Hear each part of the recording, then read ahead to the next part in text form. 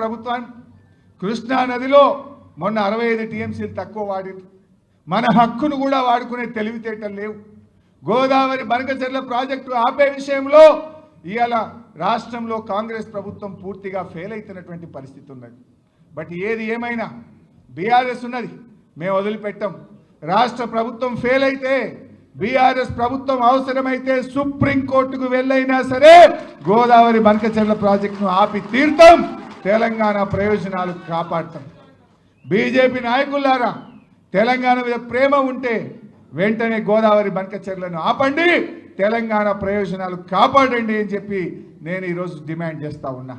BRS స్వంతగానే ఉంటుంది, ఒంటరిగానే మళ్ళీ అధికారంలోకి వస్తుంది, 100 సీట్లతో అధికారంలోకి వస్తుంది తప్ప ఏ పార్టీతో బీఆర్ఎస్ పొత్తు పెట్టుకోదు. ఎవడో పెట్టుకుంటామన్నట్టు ఇంకోడెవడో పెట్టుకుంటారన్నట్టు మాట్లాడుతుండ్రు. ఎవరితో పొత్తు పెట్టుకోము. బీఆర్ఎస్ కేసీఆర్ నాయకత్వంలో మళ్ళీ అధికారంలోకి వచ్చేది ఖాయం. ఇలా ప్రజలే కోరుకుంటున్నారు. ఎక్కడ పోయినా అదే చర్చ జరుగుతుంది. ఏదో 4 ఎక్కువ వస్తాయి అనుకుని ఓటేసినాం బిడ్డ, 4 ఎక్కువ వస్తాయి అనుకున్నాం కానీ గిట్లయితుంది అనుకోలేదు అని ఎవరిని మాట్లాడించినా చెప్తా ఉన్నారు. ఏం చెప్పిండ్రు వాళ్ళు ఆ రోజు? అరే 2000 పెన్షన్ ఇచ్చిండు కేసీఆర్, మేము 4000 ఇస్తాం. 10,000 రైతు బంధు ఇచ్చిండు, మేము 15,000 ఇస్తాం. ఉద్యోగస్తులకు రాగానే 4 డిఏలు ఇస్తాం, పాత బకాయిలు ఇస్తాం, బెస్ట్ పిఆర్సీ ఇస్తామన్నారు.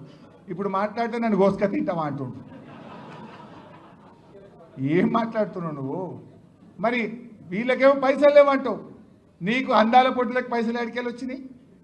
నీ భూముల కాడికి 4,000 కోట్లతో 6 లైన్ రోడ్డుకు డబ్బులు ఎడికెళ్ళి వచ్చినాయి? 1,000 కోట్ల రూపాయలతో టెండర్లు ఎడికెళ్ళి పిలుస్తున్నావు. రుణమాఫీ చేయమంటే పైసలు లేవంటావు, రైతు బంధు ఇవ్వమంటే పైసలు లేవంటావు, ఉద్యోగులకు డిఏలు ఇవ్వమంటే పైసలు లేవంటావు. కానీ బడా బడా కాంట్రాక్టర్లకు 12,000 కోట్ల బిల్లులు ఇవ్వడానికి పైసలు ఎడికెళ్ళి వచ్చినాయి. బడా బడా ప్రాజెక్టులు పిలవడానికి, టెండర్లు పిలవడానికి పైసలు ఎక్కడి నుంచి వస్తున్నాయి? ఇవాళ 200 కోట్లకు ఒక స్కూల్ అన్నావు, ముందు 80 కోట్లు అన్నావు, తర్వాత 120 కోట్లు అన్నావు, ఇప్పుడు 200 కోట్లకు ఒక స్కూల్ అని. ఆ స్కూల్కి ఇంకా పునాది కూడా తవ్వలే, 80 కోట్లకి 200 కోట్లు చేసిన దాన్ని. అంటే అదొక 5-6 వేల కోట్ల స్కామ్ అవుతున్నది. ఇవాళ వాటికి మాత్రం పైసలు వస్తున్నాయి.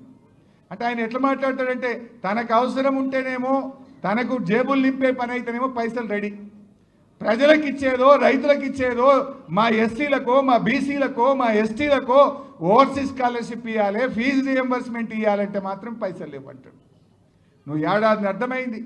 ఎస్సీ ఎస్టీ బీసీ పిల్లలకు ₹1 ఫీజు రియంబర్స్మెంట్ ఇచ్చినవా రేవంత్ రెడ్డి అని నేను అడుగుతా ఉన్నా.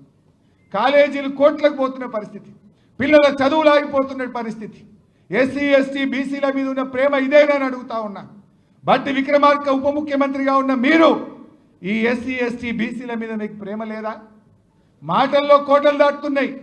ఎస్సీలు బీసీల మీద ప్రేమ ఒలకపోస్తున్నారు.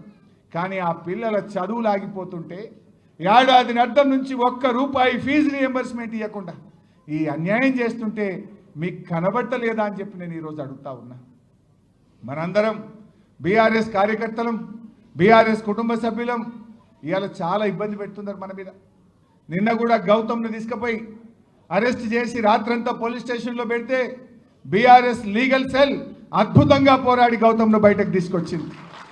మన బీఆర్ఎస్ లీగల్ సెల్ ఒక ధైర్యాన్ని ఇచ్చి ముఖ్యంగా సోషల్ మీడియా యాక్టివిస్టులకు, విద్యార్థి ఉద్యమకారులకు, బీఆర్ఎస్ కార్యకర్తలకు మన లీగల్ సెల్ ఎంతో అండగా తెలంగాణ భవన్ నుంచి రాత్రి భవన్లు కృషి చేస్తుంది.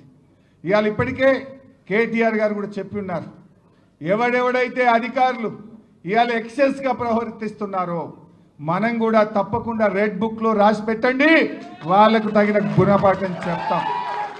అనవసరంగా అన్యాయంగా మా బీఆర్ఎస్ కార్యకర్తల్ని వేధించిన, అక్రమ కేసులు పెట్టినా దానికి తగిన మూల్యం చెల్లించుకోక తప్పదు. కొందరు అధికారులు అత్యుత్సాహం ప్రదర్శిస్తున్నారు.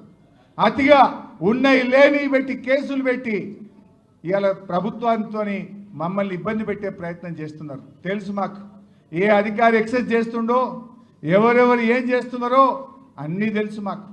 అన్నీ కూడా గమనిస్తున్నాం జాగ్రత్తగా. బిడ్డ జాగ్రత్తగా ఉండాలని చెప్పి నేను అధికారులందరినీ కూడా హెచ్చరిస్తా ఉన్నా.